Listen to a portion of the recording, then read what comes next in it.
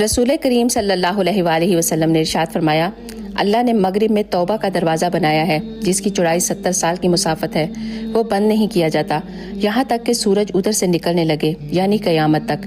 آپ نے ارشاد فرمایا، میں اپنے حوض پر تم سے پہلے ہی موجود رہوں گا، اور تم سے کچھ لوگ میرے سامنے لائے جائیں گے، پھر انہیں میرے سامنے سے ہٹا دیا جائے گا، تو میں کہوں گا کہ اے میرے رب، یہ میرے ساتھی ہیں، لیکن مجھ سے کہا جائے گا کہ آپ انہیں نہیں جانتے کہ انہوں نے آپ کے بعد دین میں کیا کیا نئی چیزیں ایجاد کر رکھی تھیں۔ صحیح بخاری حدیث نمبر 6576۔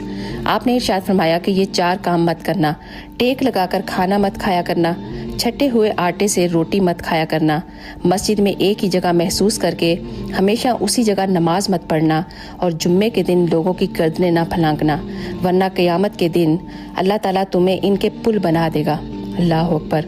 آپ ان حدیثوں کو ضرور شیئر کیجیے گا، ایک دفعہ درود پاک پڑھ کر۔ جزاک اللہ۔